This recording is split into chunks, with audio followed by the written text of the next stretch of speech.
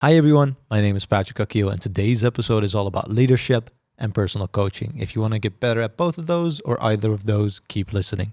Joining me today is Sumit Gupta, who's the founder of the Deploy Yourself School of Leadership and the podcast host of the Continuous Leadership podcast.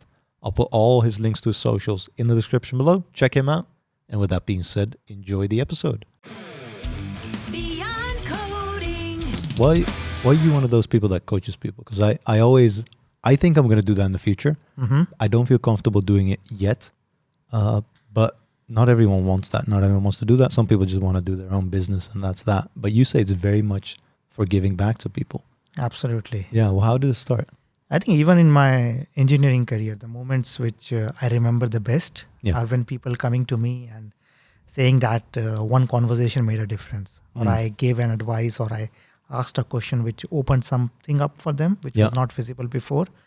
And I have always cherished that feedback or those comments more than any financial rewards, anything like that.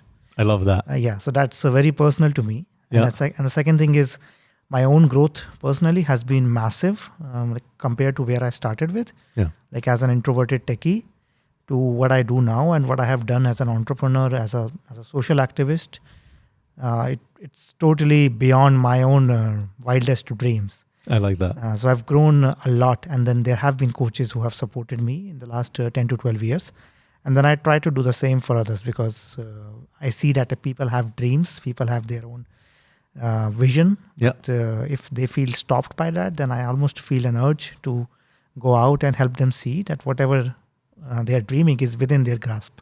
I love hearing that. I mean, some people just need a sparring partner, right? Or like a mirror. And you need to have people that are open for that and that really just love helping other people and helping other people grow and get to that next level, whatever it may be. And yeah, I think that's amazing that we have a lot of people like that. I think I'm one of those people. I just haven't taken that step yet. Mm-hmm. I'm coaching and supporting more on a micro level, I guess, within my own environment. But I haven't taken that step in doing that external. You mentioned specifically entrepreneurship and being a technical person, which was or started out a bit more introvert. Was entrepreneurship always something that you kind of admired and wanted to do in your own path as well? Absolutely. I think so. I grew up in the late 80s and the early 90s in India, and almost everybody was an entrepreneur back then because the organized sector was not established yet. So almost everybody was running their own small shop or something. Okay. So I had seen my father done maybe 10, maybe 20 different jobs or started something and then shutting it off. Wow. So it has always been, and I've always admired, especially ever since I got connected with technology, I've always admired tech entrepreneurs, especially in the internet age. And that's where I started. I started with creating a tech company, first of all. In fact, first two of my companies were tech companies. And then I started an NGO, which was totally something different. What's an NGO? A non-governmental organization. Okay, But working more on the societal, but more on a leadership level rather than the technical foundation. Interesting. But why'd you switch? Because you said initially you started out with creating a technical company. And now the company that you have, sure, it has tech adjacencies, but it's not doing mostly technical things, is it? Right now, no. Right now, what I'm doing is creating a school of leadership, working mostly with leaders, help them become better leaders. So I still work with tech companies or tech leaders, but working with people on their teams and on their leadership. Exactly, But walk me through then your own path, because you said you started out in creating software, right? That was your role. You said you were even a little bit introvert there. Like I recognize that for myself as well. But at some point, either you blossom and that introvert becomes a little bit more extrovert, or you tip the balance a little bit towards extrovert more. But how did that go for you? Can you walk us through kind of your path in how you grew in there? So there were a couple of instances which I can recall very clearly. One was a personal development program, and somebody recommended that to me. And I only did it because of the recommendation and because this person was so well known to my father and so well trusted in the family. So I did this program, and then that opened up a totally new side of human behavior to me, because before that I was all about computers, how to think logically, how to program computers, but never going deeper on a personal level. How do people behave? So that opened up my eyes. And then I think year after that, I reached out to some people who were planning to organize an anti-corruption march, a protest march in my own city. Okay. And I reached out to them that how can I join them? And they replied back that there is no march planned for my city. There is a march planned for an adjacent city. Yeah. And then they asked me that, do you want to organize one? Okay. Right. And I don't know what, but something got into me and I said yes. And then that was something which I've never done before. I was still working for Yahoo at that time. Yeah. Still a very introverted person, shy person, had no idea about how do you deal with all of these like politics, the social affairs, dealing with police, dealing with rules and regulations, and dealing with a lot of volunteering, fundraising, stuff like that. And the march was just 40 days ahead. Yeah. So what I did was I built a team around that because I had no choice rather than to get into action. Yeah. And those 40 days basically changed my life. Because I think one thing which I realized that because of my background in engineering and thinking logically, I always had this question in my mind, how to. So before I do anything, I always go and read books about it, try to find out like everything about that aspect of it before jumping into it. At the same time, what I realized was that when it comes to leadership, sometimes how to can come in the way because it can lead you to over preparation, over analyzing, and it can keep you back because you don't have enough reasons. You don't have enough how-tos. Yeah. Right? Because for that march, if I would have searched for reasons why I am a good person to do that, there was no reason. There was no such reasons. Exactly. Right? And my biggest lesson from that was that sometimes if you commit first, if you say, let's make it happen, then things will take care of itself. Exactly. That's a very different kind of leadership than we normally see because that requires you to be vulnerable. That requires you to say that I do not know or I need help. Yeah. So help me fill in the gaps and also in the day-to-day. How do you manage all of that and deal with your own fear, deal with your own insecurities, which will come up because you're stepping into the unknown. Exactly. Yeah. So that was my biggest learning there. I don't think there's ever going to be a perfect moment for you to be comfortable in something you've never done before, right? Sure, you can read, but having practical experience, like there's always going to be insecurities there. At some point, you just have to be like, okay, we're going to go for this. We can keep reading and keep figuring out the reasons how we should do things or even why we should do things. But at some point, you have to act, right? Without acting, nothing's going to happen. Absolutely. And leadership is all about acting. Yeah. Leadership is all about dealing with the unknowns. And especially when you work with people, it's unknowns, right? People are not predictable. People are uncertain by nature. Even if everybody is a software engineer or everybody is a data scientist, the way they react to you, the way they respond, the way they act is very different based on what is happening in their life, based on their experiences, based on their influences, and so on. Yeah. Okay, cool. But from the moment you started or from the moment you organized that kind of, was it a strike? I guess it was a strike. It was a protest march. It was a protest? Yeah. From the moment you organized the protest, how did you transition then from being a software engineer to doing more things with people? Like, how was that transition?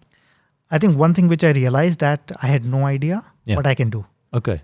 Because before that, I always had this that I am a software engineer or I am a techie. So this is what I can do. These are the normal career path and so on. Yeah. And that opened up a huge set of possibilities that I can do anything. It's just about getting into the field and then learning what needs to be learned. Yeah. So that was where when I started the non-governmental organization, which was again in that space, helping a lot of other people who were fighting for something bigger than themselves, a cause. Yeah. And then I remember at one time I was leading 6 or 7 teams in different cities of India. Wow. And those teams were volunteer-driven teams, right? There was no salaries there. Yeah. And they were organizing projects or activities independently. So that gave me a very good experience of coaching, because if you are not giving salaries and people are volunteers, then you cannot demand from them. You can't force them. You cannot enforce rules. You don't have anything. You have to be more coach-like. You have to be a very different kind of communication. Yeah. And also dealing with the challenges.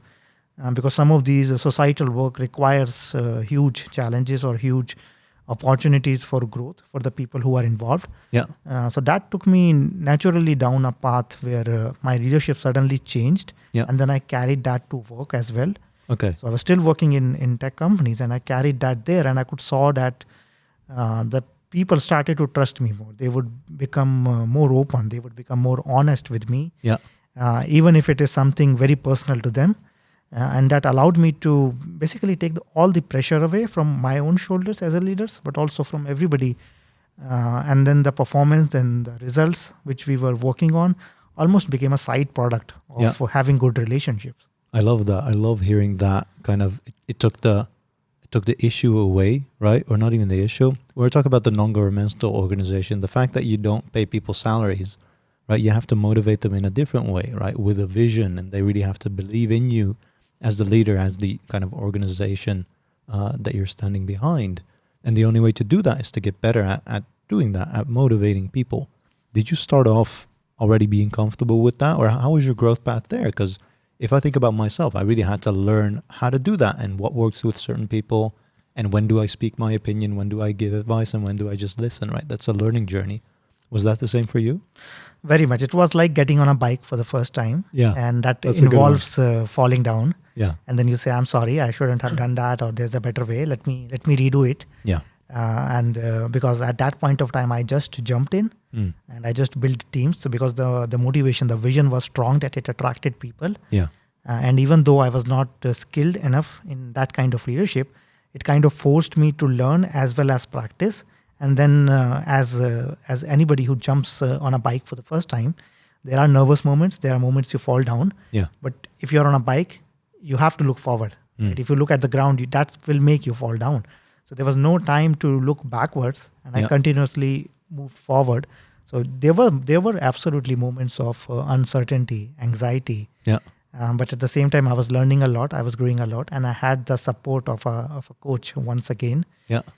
So for the last 12 years, I think 5 or 6 years, I have had a coach personally for myself. Yeah. And that has been a massive game changer for me, because that gives me that confidence to jump into something unknown, knowing that if I struggle, then I have somebody to go to. I have somebody to share my challenges, my deepest inner fears, which I cannot really share with anybody. Yeah. And that gives a huge boost to your, that calms your nerves down, first of all, but also allows you to dream bigger, allows you to challenge others better than that you would do without a coach. Yeah. I love hearing that. I think that might be even something I'm missing right now in my personal journey, because I've had coaches, but right now not as much, because you're busy with your day-to-day thing, right? Your work, and sometimes even personal development gets put on second place, or not even second place, sometimes on third or fourth place. You don't look at that as much, right? But for me personally, it takes sometimes a conversation with, it doesn't even matter if I know them or not. It could be a random person to trigger my thinking process, trigger about, okay, what am I doing? Do I still want to do this? What is my dream? What is the vision that I want to go towards? And then I make changes. But having a coach that's there, that's stable, right? You sit with them weekly, bi-weekly, doesn't matter.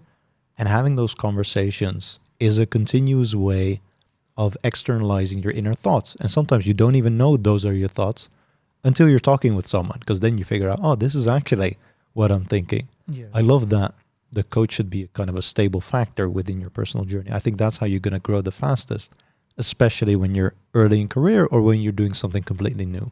Like, you need that guidance in there. Absolutely. And I think leadership can become a solo journey, but it's by definition, it's not, right? It's dealing with people. Yeah. And I think as a culture, we have created a culture where it is difficult to talk about fears or anxiety. And that's why coaches become so required or powerful. And I still remember I was talking to a coach of mine, and they noticed a lump in my throat. And then before talking further, they asked me about that, because there was something in the conversation which was causing me to react, which was causing me to feel anxiety, and they noticed it in my throat. Yeah. And then they questioned me right then and there. Tell me about this. Like, let's stop our conversation and tell me what is making you uncomfortable right now. And that allowed me to see something which I would not have seen on my own at all. Yeah. Right. So the power of a good coach is really who can show you the mirror, who can stop you, sometimes challenge you, provoke you, to show you the mirror that if you say that you want to grow, then this is a moment for you that you need to face, that you need to address. You cannot just sidetrack it. Exactly. The coach is there to challenge you, also to challenge you to challenge yourself. Because at that point, that's the only way you're going to grow or move past or move from things, I guess. Yes. Yeah. I think the coaching journey is not always comfortable. Yeah. In fact, like one of my roles as a coach is to serve you, not to please you. Yeah. So that might mean saying something which I wouldn't tell you as a friend. Exactly. Right. So it's very easy to talk about regular stuff in the regular way that we do with friends. Yeah. But with coaching, if I do that, then I'm not serving you. Then sometimes I help you get out of that, like the same vicious cycle Yeah. of a particular style of language or thinking, and see that like this is stopping you. Can you see that this is stopping you? Can you see that this way of thinking is coming in the way? Yeah. And sometimes that can be confronting. So if you can provide that safe space for somebody to really be okay with that, that's a huge opportunity for growth. Exactly. Yeah. But to do so, like the person you're coaching should have a safe environment, right? And you as a coach, you have the responsibility to give that, I wouldn't call it a platform, it's more of an environment, and to make it as safe as possible for them to speak their mind, right? And be challenged and be confronted with things with that mirror that is themselves. How do you, from a coaching point of view, create that environment that is safe, where people feel comfortable to speak their mind? Yeah, I think this is one of the key aspects of leadership. And coaching, I think, is a key aspect of leadership as well. That to create that space, to create that framework of trust, you have to trust the other person first. You have to listen, right? So I cannot jump in with a challenge in my first conversation. I have to really listen and understand your point of view, give you a chance to share, and maybe give you more than one chance to share. Really understand, really ask questions, and connect with you, right? Provide that space physically, emotionally, and not to judge you, right? Because it's not about what I say, but my judgment of you can be visible for you, right? Because as human beings, we are all good at that, right? We think that we are not, but we are good at identifying when somebody is trying to fool us, or whether we are faking an emotion or not. So once I feel that there is a space, then I get to become more challenging or more bold in my coaching approach as well. Yeah, I like that a lot. Starting by listening and allowing the person to say the things that are on their mind, to not immediately challenge that or to give your own opinion, but letting people speak, right? Because I don't know why it is, but listening is already so powerful, yet we don't do it that often, right? Everything needs to be fast and people want to talk fast and want to give their own opinion and talk over each other. While sometimes the most powerful thing you can do is to listen to what someone has to say. Make them feel heard before you speak your opinion. Yeah, listening is a gift which you give to somebody else. And it happens many times in my conversations that the entire conversation, the other person is talking. Yeah. And then at the end of the conversation, I feel bad that I didn't do any coaching. And I would tell that person that we didn't get to really talk or coach a lot. And that person replies back to me that this was the best conversation. I love because that. I listened to it, right? So it's a gift. Listening is a gift which you are really giving if you can really get out of your own head, your own thinking, and listen to the other person, not just what they're saying, but also what they're feeling. And then where they are coming from, right? What is it that people care about? Every conversation which you are having, people are always telling you what they care about or what they don't care about. The only question is, are you listening to that or not? You can listen on the level of words, or you can go deeper and listen on the level of emotion, or you can go even a level deeper and really listen. Why does this matter to you? If you are telling me something, then there is something about it which matters to you. And can I listen to that? And especially if I'm leading you, if I'm leading a team, then that becomes very significant information for me to find work for you, not just which helps the business, but also which motivates you, which keeps you engaged, which helps you grow. Yeah. What are the key drivers to motivate someone, right? Absolutely. What is it they really want? Because, I mean, if we look at financially, money is just a means to an end, right? If you want to live free, live in a different country, sure, money is going to help you. But the fact that you want to live in a different country, or you want to like live your life the way you want it, that is your main goal. So your work and the things and the challenges that are in there can accommodate for that, or can build on top of that, or allow you to do that while on the job, which is going to make you happier as a person, right? It's going to fulfill you more. Yes. In fact, most people, when you ask what do you want, whatever the answer is, most people don't want that. They want something deeper. And as a coach, it's your role and your responsibility to figure that out. And everybody's like that. It's even for you, if you think that you're driven by money, then there is something that the money provides. Yeah. That's the real motivator. And can you go to one level deeper and listen to that and then address that in the communication? Yeah, I like that a lot. I mean, you mentioned in the NGO when you were kind of leading people for that organization, you said, I didn't have as much experience, right? So when I fell down, I asked for feedback, I apologized, and I promised to do better in that way. But that already is very vulnerable for you as a person to put yourself in that situation, right? That's not comfortable for a lot of people to be in. But was that natural for you to do that or to take that role? Or was that something you kind of adopted? Like, how was the growth path there? Did you learn to do so, or was that kind of in your nature? No, it was not in my nature at all. I think as a techie, I always was hiding myself behind a computer first. So opening up about my emotions is very difficult. Even now, it is not easy. Yeah. Right. But when you realize that this is meaningful, and every vulnerable act is also a courageous act. Yeah. Right. So it's an act of courage. It's not an act of weakness, because when you share something, it feels very like it feels very bad or very you don't want to feel that. It feels uncomfortable. Yeah. But it's a courageous act, right? It's an act of power, because others see you better once you open up. Exactly. So if you can get out of that level of uncomfort and see the value it provides for everybody else, almost everybody is listening. Wow, right? Who is this person who can share like that? Yeah. And you are thinking that I'm miserable right now. What am I doing? So if you can get outside of that and see it from the wider point of view, right? Because the NGO or whatever leadership responsibility you have taken on is not about you. Yeah. It's about something bigger than you, right? And that's where the vulnerability actually serves. And if you can listen to that, then it is actually helping you in your leadership. So that helps you, even if it is difficult, that helps you gather the courage to do it. And the second thing which I mentioned, right, if to talk about it with your own coach in a private setting later on, to process something more meaningful which is there, or to go a little bit deeper for your own self and make sense of it. Yeah, that makes a lot of sense. I mean, from the coaching point of view, I could see how that helps with your realization, right? But at some point, realization is very hard and it's different for people, right? I think you need to really just experience kind of both things and see the positives compared to the negatives, I think, of being open and being honest and being transparent. Because if you don't do that, people will feel that. People are like, well, Sumit as a leader is not transparent. I don't know what he's doing. We don't know where we're going. Like, so many insecurities to not follow you as a leader then. While if you're transparent and honest about anything that's going on, people will believe you. People will trust you. People will, I think that's the most important part, trust you and believe in you, right? Yeah. And then they will stand behind you. Yeah. Yeah. And to add one more thing, right? When you talk about openness and transparency, one way you can deal with all of the anxiety or discomfort which comes up is to actually open up your body by breathing deeply. When you open up your body, it creates a relationship. It creates trust automatically. People feel open.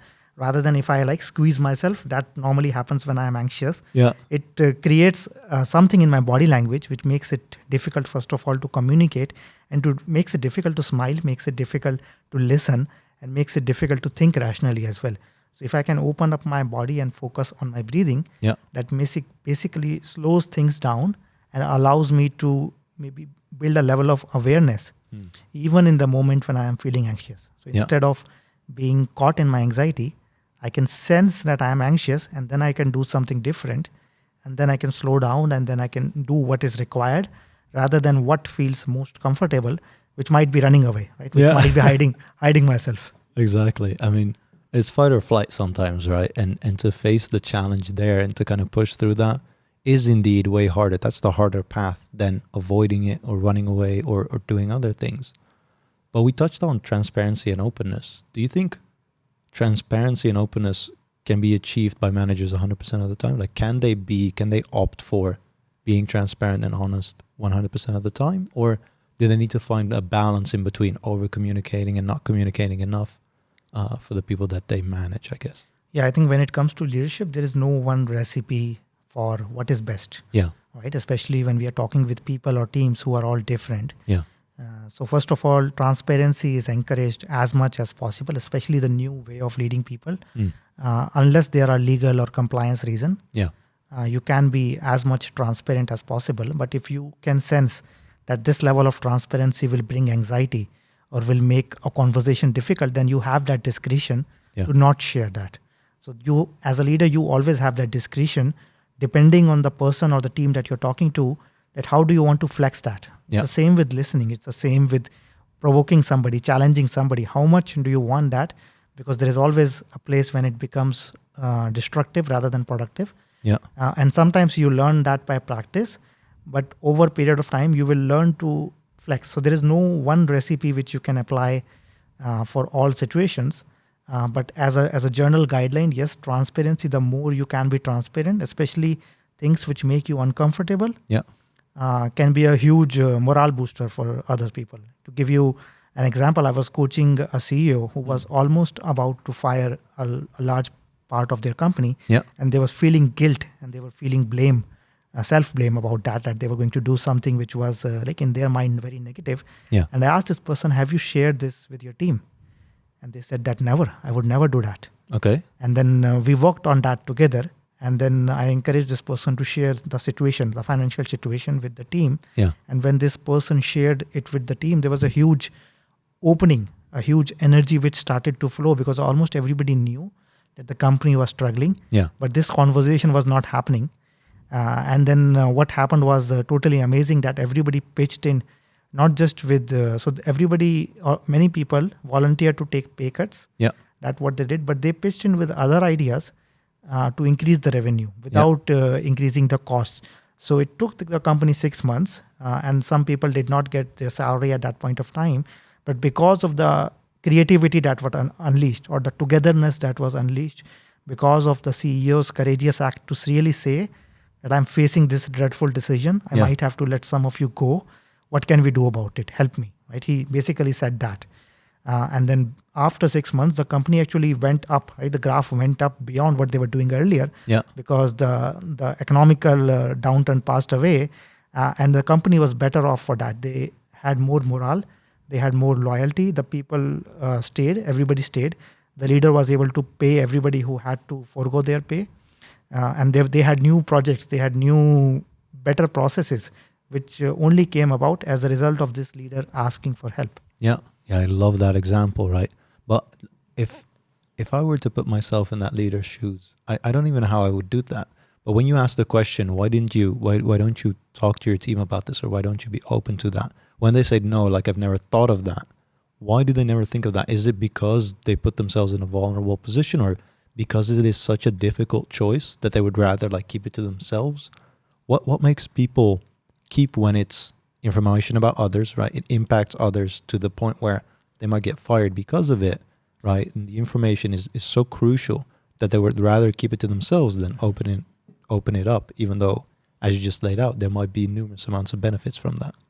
Yeah, I think what happens in crisis situations, we are programmed to focus towards safety or control, right? And for this leader, it was a big mistake or a big burden to share that with the people, and he felt blame towards himself. Right? That stopped him.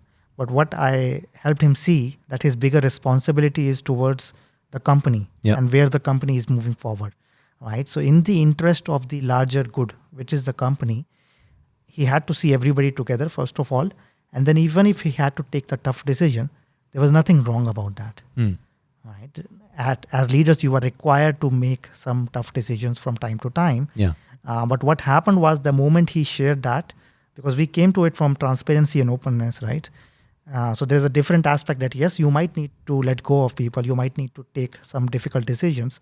But from a perspective of transparency and openness, when you do that, when you let go of your own fears of letting people down, or the burden of the only one responsible because you are the CEO. If you can let go, you can allow others a chance. And that is not possible without transparency. That is not possible without honesty.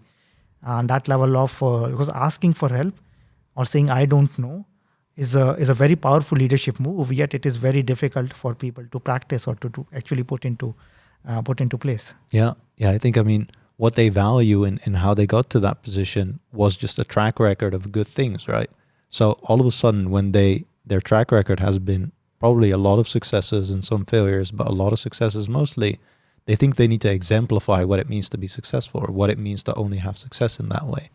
While being open and vulnerable shows the people that you're leading, the people that you're managing, the people that stand behind you, that you're also human, right? And everyone has their struggles, and This might be an organizational struggle. This might be a personal struggle. But people will help you with that, right? If we're in a ship and sailing together and our captain's sick, we're going to take care of our captain, right? Because we're still in the ship together. Yeah, and I think another aspect here which we often ignore as leaders is that we are leading a team because we care about people or we care about something bigger. Yeah. But at the same time, everybody wants to contribute. Everybody wants to help. So if I take that upon myself, that it's only my role as a leader to help, to contribute, to coach, I am depriving others in my team to help me. Yeah. Right. So asking for help is also a gift you are giving to others to contribute to you. And that makes leadership so much easier. I like that a lot. Kind of allowing others to help you. It empowers them, right? And it makes you, like, leaders can be on this pedestal and they can be like this kind of untouchable figure. But if you ask for help, if you talk about your struggles, internal or external, it allows you to remain human to other people. And then we can help each other, right? If we're all on the same level, it doesn't matter if there's a hierarchy. If I feel like I'm on the same level, we're going to help each other out, right? Because we're still in this together. I think that makes a big difference in how people cooperate. Yeah. Because sometimes if you're in a leadership role, if you don't do that, then people are going to withhold information from you. If you can't be transparent and open and vulnerable, the other people can't be that either, right? And then you're going to have this isolation in management layer and people that actually do the work layer, and there's going to be a mismatch and a divide there, and eventually a conflict and a clash. And you want to avoid that at all costs, I think. Yeah. And giving and receiving both are skills which are very powerful from a leadership perspective. Yeah. If you notice, a lot of people, and this is very true for me as well, if somebody gives me a compliment, I would almost brush it aside. Okay. Or I would almost put it to the other person, right? It's not all me, it's you also. Yeah. But receiving is a gift, right? It's allowing others to contribute to your journey. And many leaders have to learn that. It's not natural because they are too comfortable in working hard or sacrificing themselves. Yeah. That receiving, whether it's a compliment or receiving help or receiving contribution from somebody else, is a skill which needs to be learned and trained. Yeah. Do you think people, if we're talking about leaders and how they get into those positions, usually it doesn't happen as gradual, right? If I'm in an organization and my next step, I want to be VP of engineering, and we already have a VP of engineering, and I've never done that, but I think that's the next step for my career. I'm going to look outside of my organization if I can't find it inside the organization, which means I'm going to lose all the safety net that is in there. I'm going to go into a different organization in that leadership position. People are going to have expectations of me as a leader. I'm going to have expectations of myself. There might be a mismatch there, but the fact that I've never done it before is probably going to show in some things because I'm going to fail. I'm going to be not good at some things as I am going to be good at other things. But that's how I think most leaders get into their position kind of from the first time, right? And then they have to build up experience. But the fact that you're already a leader and then building up experience, people don't account for because that person is the leader. So they should already have kind of what it takes to be there. Yeah. And I think that's another misconception around leadership is that it is tied to a title or a position. And yes, accountability, yes. So unless you are the VP of engineering, you will not have the accountability that a VP of engineering has. Yeah. But even if you are one level below, even if you are a director or a senior manager, you can still take responsibility for what a VP of engineering does and basically ask that person, right, what do you need? How can I make your life, your role easier? So anybody can take up responsibility for one level or two levels above themselves. Yeah. Accountability is very different. And if you take on responsibility, what you are getting is practice, first of all. The leader is more likely to give you some projects or some tasks at a higher level that gives you practice when you are not accountable. Yeah. Right? What else do you know? That's a safe place for you to practice, learn, even make a few mistakes. But especially when you grow, or either inside or outside, you will be more confident, you will be more prepared. And that also sets an example for everybody else that you can take responsibility, you can grow without waiting for a title or without waiting for permission. Yeah, I like that a lot. And that allows you to grow gradually, right? Grow within a safe environment still. That way you make mistakes, you can still pick them up and recover from those. And sure, at the end, you might not be accountable, but you still got that responsibility, right? If responsibility is given to you, you are responsible and you're going to do your best to kind of succeed in that and to grow from that. And I would much rather have someone gradually grow into a leadership position than having a leader which I don't even know what their experience is, but then now they're my leader, I guess. And I don't know how gradually they've grown. And then I'm going to be very critical of their leadership because that's kind of the only relationship we have. I like that a lot, actually, that it can be a gradual thing. Because in my mind, it was always like a snap and you're there, you have the responsibility and the accountability, but it doesn't have to be. Yeah. At the same time, sometimes it can be a snap one as well. And that might work to your advantage because, as I said earlier, most people have no idea what they are really capable of. Yeah. So if you think that you are not good at that, that might be only a thought or only a thinking rather than being the truth. So if you tackle something much bigger than what you have done, you might just realize that you are naturally good at that. Yeah. Right. And that can help you speed up the process, which might otherwise take you 5 years. What if you can do that in 1 year? Yeah. Right? Who wouldn't want that? I like that a lot. But do you think, if we're talking about the things you're good at, some people have that and some people don't have that. But when it comes to leadership specifically, can anyone be a leader or can anyone have the skills that it requires to be a leader? I get that not everyone wants to be a leader. But when it comes to the skills specifically, can people teach it to themselves, even though they might not be as apt at it as others? Yes, I think leadership is a learned skill which anybody can learn. Doesn't mean that everybody should learn, as you said, right? But it's a set of skills. Another question which I normally get is like, how do I deal with difficult conversations? Yeah. And my normal response now is that the conversation is difficult not because there is something difficult about the conversation, but because you do not have a particular skill. Okay. And once you build that skill, the same conversation becomes easy. Interesting. Right? So it's not about the conversation, it's about who the person is. Because the same conversation might look difficult to somebody and easy to somebody.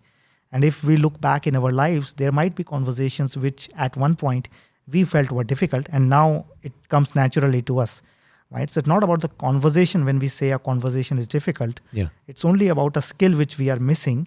And then if we identify it as a function of ourselves rather than the conversation, then we have something in our control.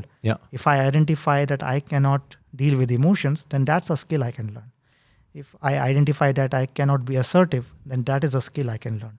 But if I say the conversation is difficult, then there is very less that I can do. Exactly. That's out of your control. So then if it's out of your control, how do you improve that? No, it's just a difficult conversation.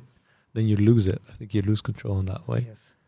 If people realize that, do you think it makes them more comfortable being in uncomfortable situations then as well, or uncomfortable for their skill level, if I were to put it that way? In the short term, maybe no, but in the long term, yes. Yeah, right. And people are normally glad for that. Like normally when somebody comes to me, especially an entrepreneur, they have a particular number, a revenue number or a growth number. And I ask them, let's make it 10x, whatever number. Okay. And that immediately puts them in massive discomfort. Right? So they would like that 10x, but they don't like how it feels. And they suddenly see why they are not capable. And I ask them to list down all of these reasons why they cannot do that. So why are you chasing for 2x but not 10x? List down all of the reasons. And then as a coach, if I work on all of these reasons and help you become better at that, then the growth that you will have will be massive.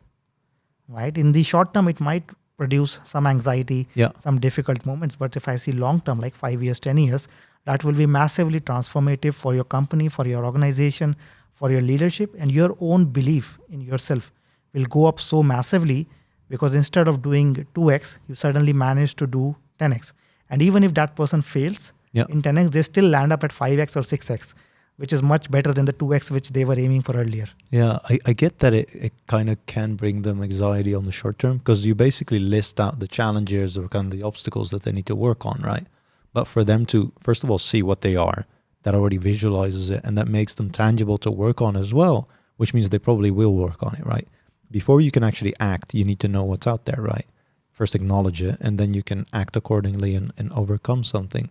But the act of visualizing it or writing it down, that makes it very tangible what it is to a person. And I love how you say that from your role as a coach, you're not filling that in, right? You're allowing that person to derive it from themselves, to derive it from their own context and to put that on a list. And I'm assuming you're not judging, you're not doing anything. You're like, okay, now we have a list. We know what to work on. But from a coach role, you really allow a person to realize what they already should. I mean, it shouldn't be should realize, but to realize what they need to overcome things, I guess, in their own challenges that they face. Yeah, so there is obviously no judgments. Right? There is no negatives here. Exactly. even what we normally call as negative emotions or uncomfortable feelings, are very much part of being human. Exactly. Right? We would not have survived, and evolution has brought us to become the most dominant species on the planet, which includes fear, which includes anxiety. Right? Fear is a signal that there is danger. If we don't fear danger, if we don't feel fear, if we don't experience danger, we would all kill ourselves by something or the other. Right? So all of these emotions which feel uncomfortable have had a huge role to play in our evolution as a species. So nothing is negative. Right? It's all part of being human. Once you realize that takes away the weight of it, that takes away the judgment out of it. And you see that, okay, I am blaming myself, or I am feeling guilt, or I am feeling shame. Now, how do I deal with that without, again, tiling up one emotion over other? Right? So we feel angry, and then we feel bad about being angry, and then we feel guilt about that. Right? So you see how emotions pile up. And all of these negative emotions, if we stop calling them negative, the piling up will actually stop. Right? So sometimes you have to peel down layers, but the layers can itself be reduced if we don't pile up over one another. And if we are really open, right? I am angry, I'm scared. There's nothing bad about it. There's nothing wrong about it. And from an organizational perspective, can we create a space? We talk about diversity. So we talk about diversity in the kind of people, we talk about diversity of opinions, but we don't talk about diversity of emotions. Can we create a space which is diverse and inclusive enough that people can come in and say, I am scared, I don't know what to do, right? I'm losing control, right? I am feeling tremendous anxiety. And as leaders, can we create a space to include all of that, which will actually make it easier for those emotions to be processed, to be dealt with, because they are part of being human. Yeah, exactly. If the space doesn't allow for that, then people will internalize, and that will lead to anxiety. And I mean, you have the different ways of how it will show itself, right? In their work, or in how they communicate with others, or even in their personal life, right? It bleeds through your personal life, your work-life balance anyway. I like that we should have a space that is open enough to discuss these things, right? I put it under openness, kind of the openness of emotions and being yourself and saying what scares you, what frightens you, what you're afraid of, or what you're angry about based on the context. But the environment needs to be there, right? And the only way the environment gets there is through a collective of people, but also through the leaders that exemplify how it should be. And if the leaders don't exemplify what the environment should be, then the environment's never going to reflect that either. Absolutely. The best way to lead is to lead by example. Yeah, exactly. And we went through a lot. And I love the things that you're saying with regards to your coaching and the way you make people realize, right? You just mentioned you're not judging. There's no negativity. If we have emotions, they're just emotions, right? That already offloads and relieves a lot of people of their own internal thoughts. But how do you get better at coaching? Like, is that also a thing that you pick up a bunch of books, you read about it, and you start practicing, and you also get coaching by your coaching? Or if we're talking about you personally, how did you get better at coaching other people and making them realize the things they need to overcome their own challenges? Yeah, so it's on all of those levels. Yeah. So having a coach, but also going through multiple coaching schools. Okay. To learn about coaching as a profession. Yeah. Learn about coaching as a competency, which you can learn. And then practicing, just like getting on a bike, getting into a coaching conversation, and then realizing that you didn't do a good job. Yeah. And then doing it over and over again, and integrating what you are learning from the formal training or education, and then reflecting it back with your coach. Yeah. So it's always a process. It's a lot of internal work as well. I think with many other skills, right? You can be angry, or you can be having a bad day, but still be a good surgeon or still be a good mechanic. Yeah. But with coaching or leadership, unless you are very settled, very calm, it's very difficult to be a good coach or a good leader. Yeah. Because it shows up, because it's also integrated. Our emotions are so integrated that if I am very angry, even if it is something at home, it's very difficult for me to present a very joyful face at work. Exactly. I can fake it for a while, but then people can sense it. Yeah. There's always that thing that I don't know what it is, but people can sense it, right? If it's your body language or the things that you're saying that are slightly different than what you normally would say, they will find that something is there. And if you don't talk about it, if you don't think you're open enough about it, people will kind of poke holes through that. And some people will call you out like your coach did when there's something in your throat that you're not talking about, right? Allow you to open up about that. Do you think leaders and leadership should also have in there the skills that a coach should have? Like, do those align? Because I feel like at some point they do, right? They do need to listen to their people, be open and honest with regards to themselves, and be open and honest and exemplify what a safe environment should be. Those are both there for coaches as well as leaders. Absolutely. So every coaching skill is also a leadership skill. Yeah. Because coaching is just one component of being a good leader.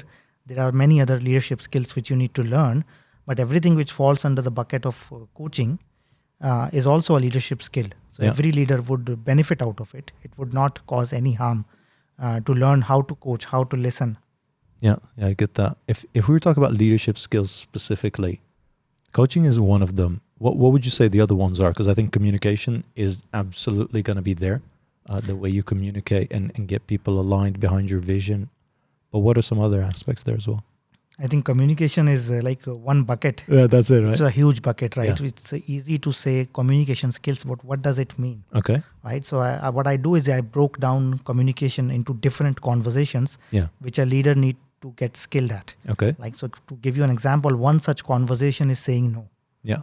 Right. So unless you can say no, you will always be overwhelmed. Yeah. And you will always think that time is less or everybody is out to get you. So saying no is a very powerful skill because it requires a certain level of confidence, a certain level of self-awareness, self-belief to be able to say no even to your authority.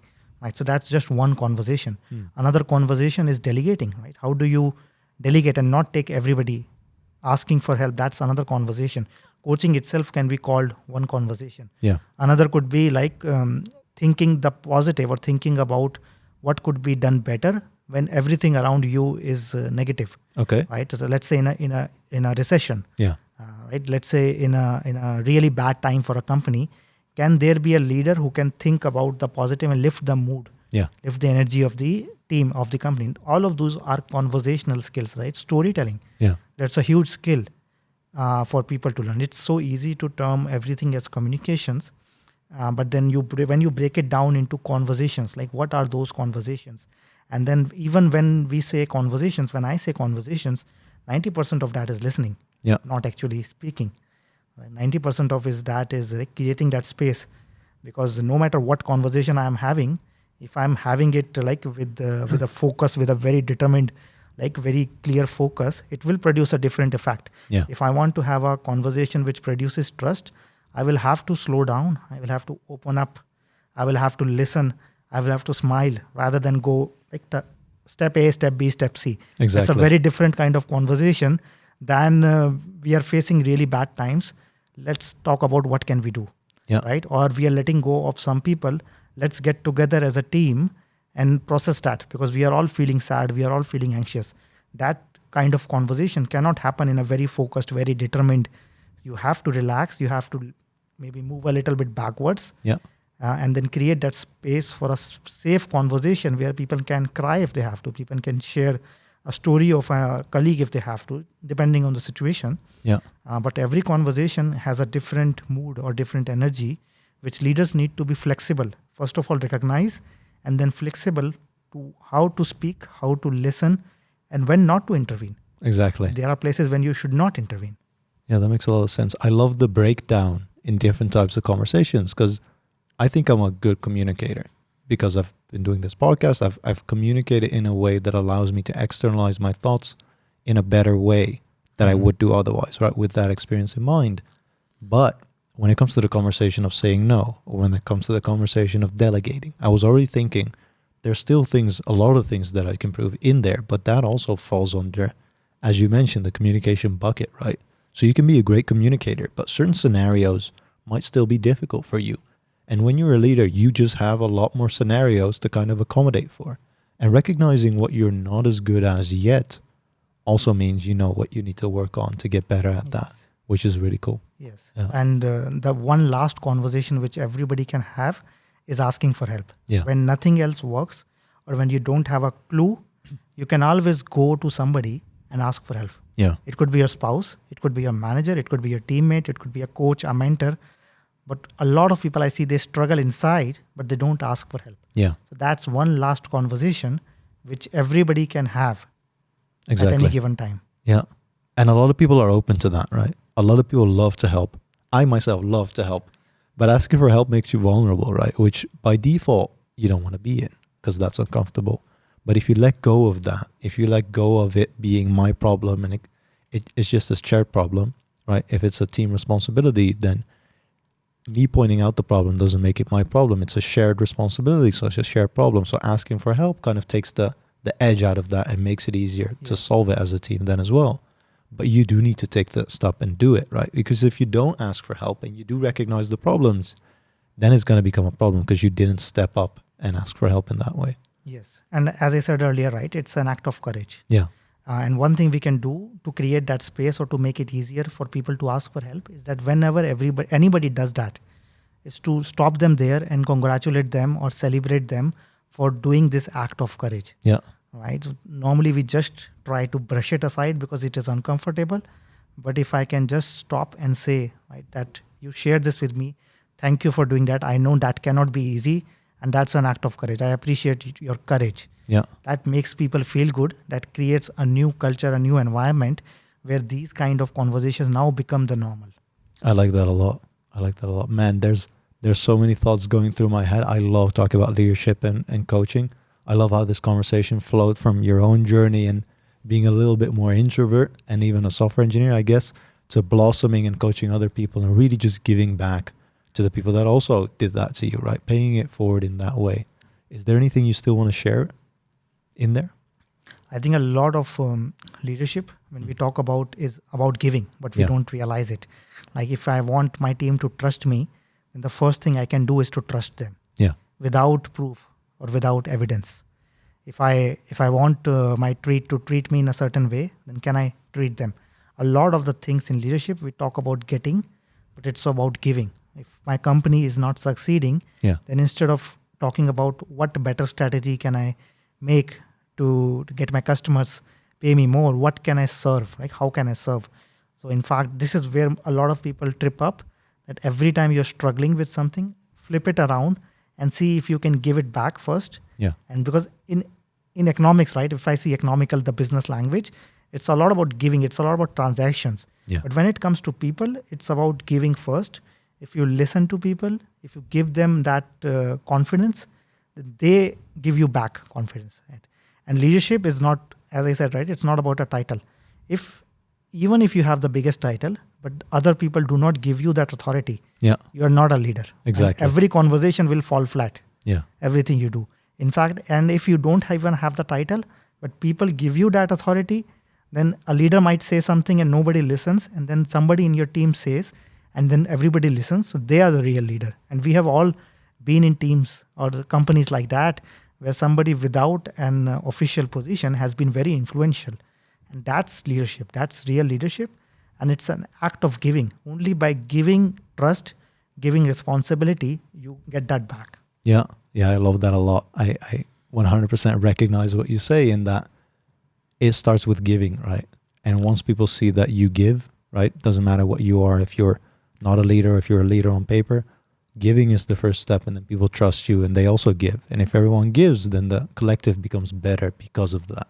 Absolutely. For sure. Yeah. Sumit, thank you so much for coming on. I'm going to round it off here. Sumit Gupta, everyone. I'm going to put all his socials in the description below. Check him out. Thank you for listening, and we'll see you on the next one.